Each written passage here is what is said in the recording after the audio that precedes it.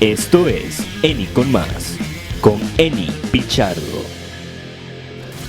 Saludos, muchísimas gracias por su sintonía. La administración Trump ha implementado nuevas medidas más estrictas para la liberación de niños migrantes que cruzaron solos la frontera. Ahora, todos los adultos que vayan a vivir con un menor migrante en Estados Unidos deberán someterse a un proceso obligatorio de verificación de identidad, revisión de antecedentes y toma de huellas dactilares.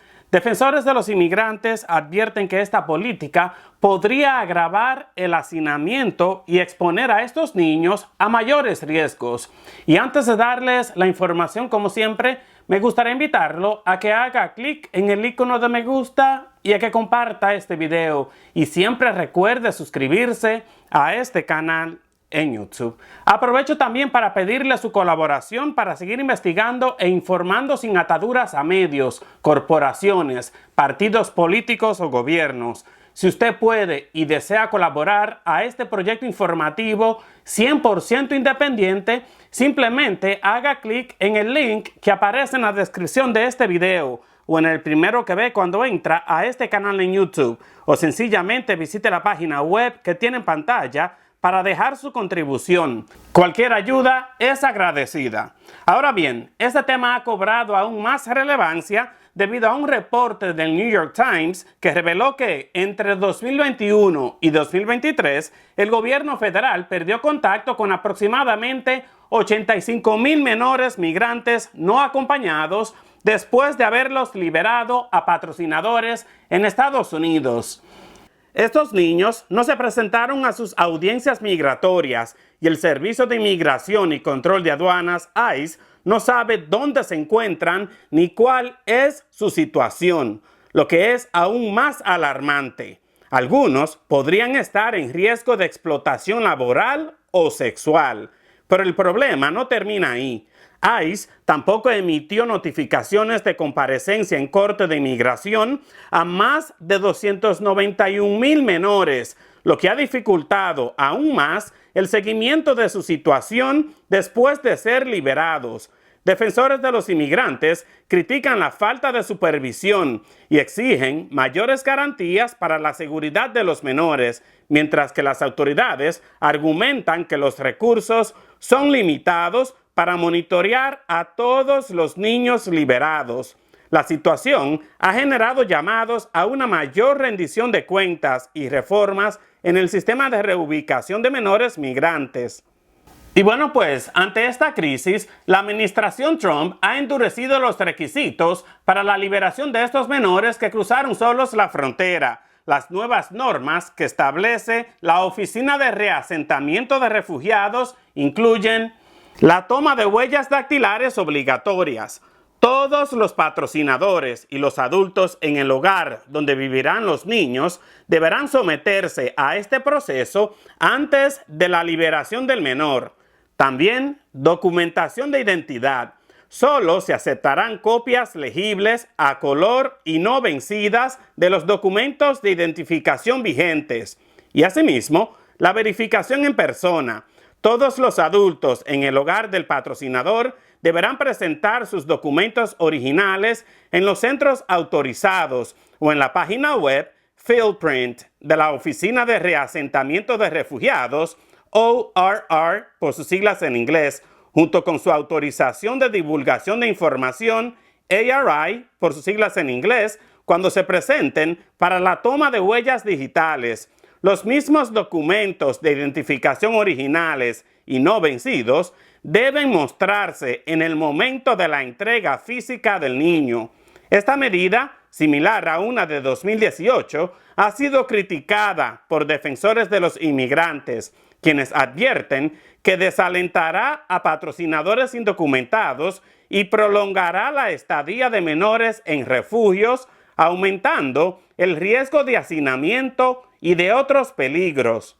El gobierno federal defiende estas medidas como una estrategia fuerte para prevenir el fraude y la trata de personas, pero los activistas las ven como un obstáculo para la reunificación familiar.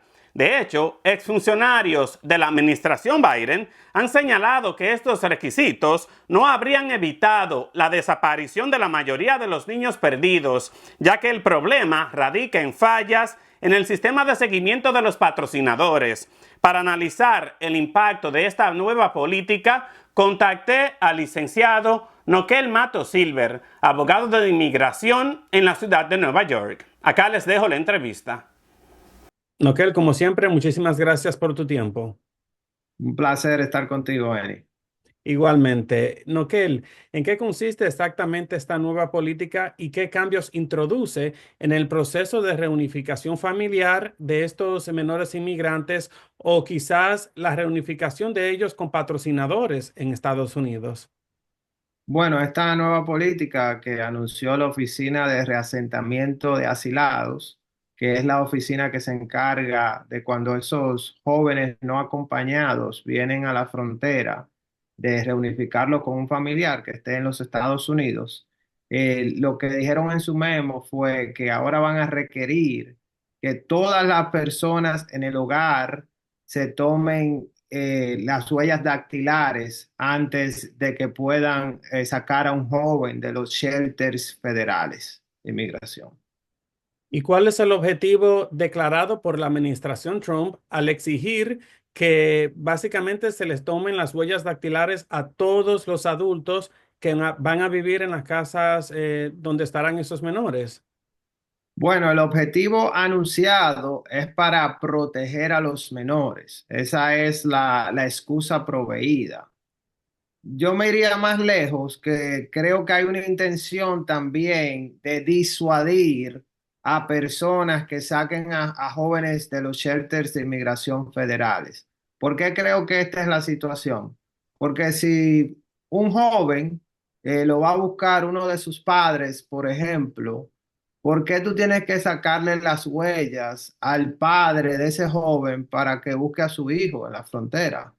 O sea, ¿cuál es la necesidad? ¿O cuál es la necesidad de que tenga que sacarle la huella a un roommate que tenga, a una persona que esté rentando un cuarto donde ellos vivan también, para tú poder sacar a ese joven del centro de inmigración, del shelter? Eso es un tanto contradictorio porque este gobierno se pasó mucho tiempo criticando de los usos de los shelters para los inmigrantes y ahora pasan una política que va a causar de que los jóvenes duren más en los shelters. Creo que, honestamente, creo que esto es más para hacer que esos jóvenes, para disuadir esta inmigración.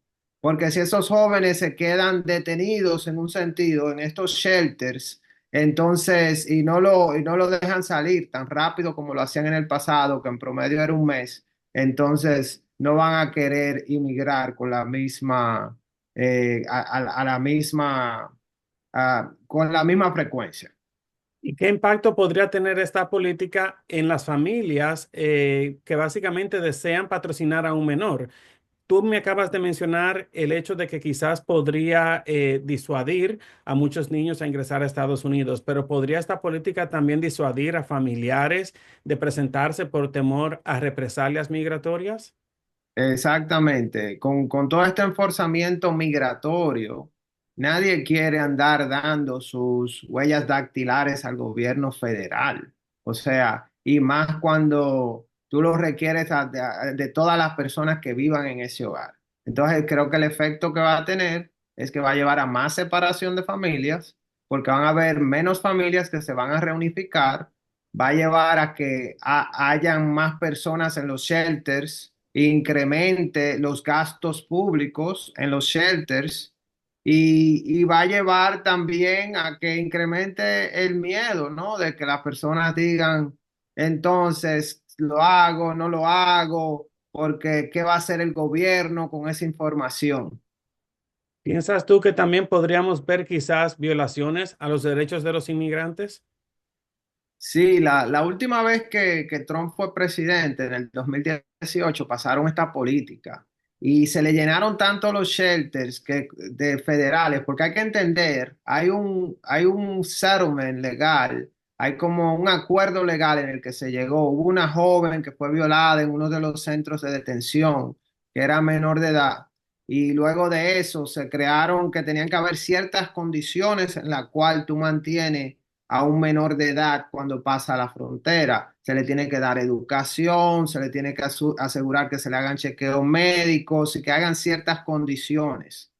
Eh, to- los shelters federales están supuestos a proveer eso, pero ¿qué pasa? Que ellos tienen un cupo limitado. En el 2018, cuando pusieron esta medida, le causó problemas porque se le llenaron los shelters, porque ya no lo estaban buscando a los jóvenes, y luego tuvieron que dejar a los jóvenes en la detención regular de cuando la gente entra a inmigración, a los niños y los jóvenes, que son condiciones horrorosas y que están en contra de ese acuerdo legal que te había mencionado, que dice cómo a ellos se le debe de proveer las condiciones que van más de acuerdo con un niño, con un joven.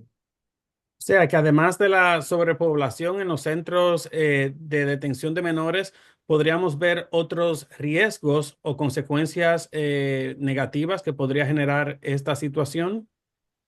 Sí, definitivamente. Y que no se nos puede olvidar que estos jóvenes no solamente vienen acá por venir, muchos de ellos también están huyendo de persecuciones, etcétera. Y tienen la dicha muchas veces que tienen un familiar, tienen una persona que ya ellos le tienen confianza, una persona que ya ellos saben que pueden cuidar de ellos. Lo que está haciendo el gobierno acá es usando, creo que la excusa de la seguridad pública, la misma excusa que se está usando para esta cacería de inmigrantes, para crear otro impedimento a la inmigración, porque hay una agenda clara con este gobierno que están tratando de parar toda la inmigración y seguir separando a las familias, lamentablemente. Ok, y muchos de los patrocinadores potenciales son indocumentados. ¿A qué riesgos legales se enfrentan al someterse a este proceso? Bueno, no sé si se van a someter, ¿verdad? Porque imagínate tú siendo indocumentado, tú le vas a dar tus huellas al gobierno de Trump. Entonces, no me lo imagino que lo vayan a hacer. Y si lo hacen, se están exponiendo, ¿no? Se están exponiendo a ser detenidos, a ser deportados. Entonces, creo que no, que las personas que se acercarán son los pocos que tendrán papeles o tienen alguna situación legal y que puedan vivir en las condiciones, que no tengan otras personas viviendo en esa casa, que no estén de acuerdo con proveer sus huellas al gobierno. Pero ¿piensas tú que estos patrocinadores potenciales, aquellos que son indocumentados, tienen ciertos derechos frente a esta nueva política? O sea, ¿tienen alguna opción para apelar o proteger su información? No creo, porque es un proceso que es voluntario, ¿no? Dice, si tú quieres sacar al joven, tú tienes que someter estos datos y esta información al gobierno. Entonces, ya que el gobierno hace con eso, ellos no tienen un control. Entonces, el único control que ellos tienen es tomar la decisión desesperante, difícil, imagínense, que le llame un hijo, una hija, un sobrino, que estoy en la frontera, estoy detenido en un país que no conocen, están asustados, no hablan el idioma, y que ese familiar tenga que tomar la decisión difícil de decir, o me arriesgo o lamentablemente le tengo que decir que no. ¿Piensas tú que esta medida se podría comparar con regulaciones anteriores sobre la reunificación de menores migrantes? En un sentido sí, en el que lleva a la separación, ¿no? Y que también puede causar y tener el impacto, como había mencionado, de que estos jóvenes sean detenidos en condiciones que no son viables, que no son recomendables. ¿Y qué piensas tú sobre lo que dice el gobierno? Que básicamente esta medida es una estrategia para prevenir fraude y trata de personas. Como te mencioné, creo que es una excusa. Hay políticas, por ejemplo, que cuando no es un familiar directo, cuando es una persona que es un familiar más extendido, un primo o alguien no tan directo, que hasta el mismo gobierno de Biden decía, bueno, ahí sí queremos que le saquen huellas para asegurarnos de que esta persona no sea un peligro para este joven, etcétera. Ahí tendría más sentido, pero como te dije, ¿por qué requerirle a un padre o una madre o a un familiar cercano tener que someter huellas dactilares para sacar un hijo de detención migratoria? ¿Esta medida es legalmente impugnable o se han presentado demandas contra regulaciones similares o quizás se espera que haya litigios en el futuro?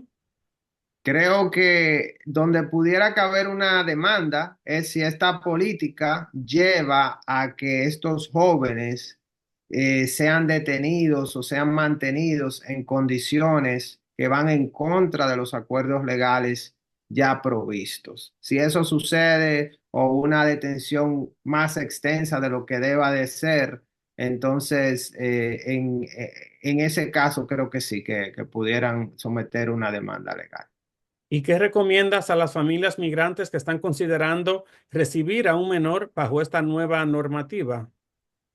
Bueno, la recomendación es que la persona que se haga cargo de sacar a ese familiar sea una persona que tenga un estatus seguro, un estatus migratorio asegurado, regularizado en los Estados Unidos, para que no se exponga, ¿no? Y si el joven, si ellos saben que un joven va a venir o tienen idea de eso, que planeen acorde, ¿no? De acuerdo a estas nuevas políticas que existen para que no vayan a tener una situación que uno de esos jóvenes se quede por meses en las manos de la custodia de este gobierno federal que no es amigo de los inmigrantes. Y algo que me llamó la atención fue lo que leí en un artículo del New York Times, básicamente diciendo que el gobierno federal ha perdido contacto con aproximadamente 85,000 menores migrantes no acompañados después de haberlos liberado a patrocinadores en este país. ¿Qué piensas tú sobre ello? Sí, bueno, eso se tergiveriza un poco en el sentido de que una vez que ya tú se lo entregas a un padre o a un familiar responsable, no es necesariamente que el gobierno tiene que darle un seguimiento cercano a todos esos jóvenes. El gobierno tiene que decidir si ponerlos en procesos de deportación o no. Entonces, las estadísticas que habían salido se estaban explotando para uso político, diciendo que estos jóvenes estaban perdidos y demás. Pero si se lo entregaron a un familiar y a un familiar que ya sabían que es cercano, entonces no es que están perdidos, sino que no están en la custodia de inmigración y están bajo el cuidado de su familia. ¿Y qué pasos pueden tomar los defensores de los derechos de los inmigrantes para mitigar el impacto de esta nueva política de la administración Trump? Bueno, creo que primero es poner presión para que cambie, dejándole saber, tenemos que poner atención de cuáles son las consecuencias que va sucediendo con esto y asegurándonos de que eduquemos a las personas para que sepan cuál es la situación, para que puedan tomar la mejor decisión acorde a eso. ¿Y qué rol juegan los legisladores o el Congreso para modificar o contrarrestar estas regulaciones? Creo que acá sería muy difícil que un legislador tenga un impacto legislativo, porque primeramente se tendría que pasar una ley en el Congreso y el Congreso ahora mismo está controlado por los republicanos. También esto fue una política más de cómo ellos enforzan reglas, ¿no? Entonces no es tanto algo que se legisla directamente, sino aquí es que importa quién termina siendo el secretario o la secretaria de Defensa Nacional, quién está al frente de ICE, etcétera, porque son personas que como al estar frente de estas agencias, luego tienen el poder de someter, de aplicar políticas, de cómo se administran los programas que hay y demás. Y esto es más como un cambio en la política administrativa de de cuáles son los requisitos para darle a un sponsor uno de esos menores. Y finalmente, hemos visto a la Unión Americana de Libertades Civiles, ACLU por sus siglas en inglés, desafiar las políticas migratorias de la administración Trump. ¿Piensas tú que podríamos ver esta medida quizás llegar a la Corte Suprema también como parte de las otras iniciativas implementadas por Trump bajo este nuevo mandato? Sí, el derecho a la libertad es un derecho constitucional. Si estos jóvenes terminan estando detenidos indefinitivamente o por un tiempo más largo de lo prudente, entonces pudiera haber una demanda diciendo que esta política administrativa está violando el derecho a la libertad de esos jóvenes porque le está evitando poder salir de estos centros, de estos shelters federales del gobierno.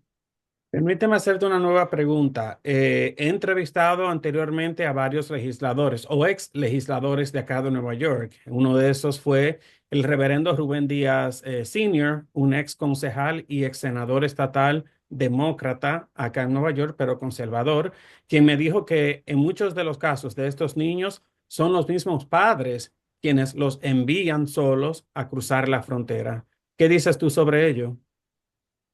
Bueno, habrán casos así, pero no son, yo trabajo mucho con esos jóvenes. Hay casos así, como no hay casos así. O sea que no podemos decir que todos los casos son así. Hay veces que hay unos padres que se fueron hace mucho, esos jóvenes se criaron con familiares en su país, crecieron, sintieron la necesidad de reunificarse con sus padres o se dio una situación de que el joven estaba siendo abusado, no se sabía nada porque el familiar le hablaba mentiras al padre que está en el exterior, etcétera, y el joven que ya tiene suficiente edad y está en desesperado, entonces viene acá a los Estados Unidos casi de sorpresa. O sea que hay muchas situaciones, jóvenes que lo están tratando de meter en pandillas a la fuerza, jóvenes que están siendo pandilleros, le están cayendo atrás y le están tratando de que sean su novia o violarla. O sea, hay muchas situaciones. No podemos decir que esos jóvenes solo son jóvenes que los padres los mandan a buscar así solamente. ¿Algún consejo especial para estos jóvenes? Bueno, esos jóvenes que no pierdan la esperanza, hay derechos, hay oportunidades para ellos en este país. Lo que tienen que asegurarse que hagan las cosas con cuidado y que se entiendan cuál es el panorama actual y para que puedan usar el mejor uso de sus recursos y sus derechos y oportunidades. Raquel, como siempre, muchísimas gracias por tu tiempo y a todos aquellos que se quieren comunicar contigo pueden hacerlo a través del número de teléfono y de la cuenta de Instagram que apareció durante toda esta entrevista. Como siempre, gracias, Nokel. De nada. Que pase buena, Eni. Igual. Y bueno, pues como les comenté, defensores de los inmigrantes advierten que las nuevas medidas de la administración Trump podrían desmotivar a patrocinadores y afectar la reunificación familiar. Y para cerrar este informe, me gustaría hacerle una pregunta. ¿Qué medidas cree que debería tomar el gobierno para garantizar la seguridad de los menores inmigrantes una vez que sean liberados a sus patrocinadores? Déjeme su opinión en los comentarios y comparta este video para abrir el debate sobre soluciones y responsabilidades en el sistema de reubicación de menores. Y así termino esta nueva edición, agradeciéndole su tiempo y su confianza, invitándolo a que haga clic en el icono de me gusta y a que se suscriba a este canal en YouTube. Y una vez que lo haga, recuerde activar el icono de la campanita para que pueda recibir las notificaciones de todos mis videos. Nos vemos en una nueva edición de Eni con más, un breve informativo, siempre con la verdad.